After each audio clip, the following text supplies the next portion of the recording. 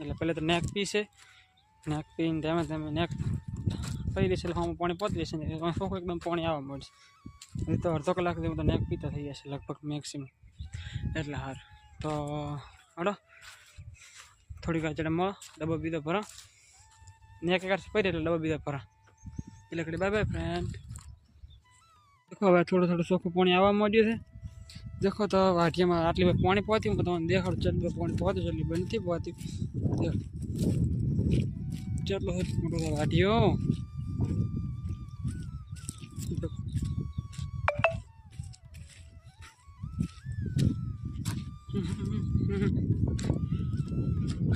જો હજી સુધી તમે મારો વિડીયો જોતા હો તો મોટા ભાઈ લાઈક કરી નાખો, સબસ્ક્રાઈબ કરી નાખો અને કોમેન્ટ કરવાનું ભૂલતા નહીં કે તમારી બાજરી વાવી કે ના વાવી. તો વાવી તો બીજું પાણી અડેરું છે કે હમણાં જ બાજરી વાવી છે એ પણ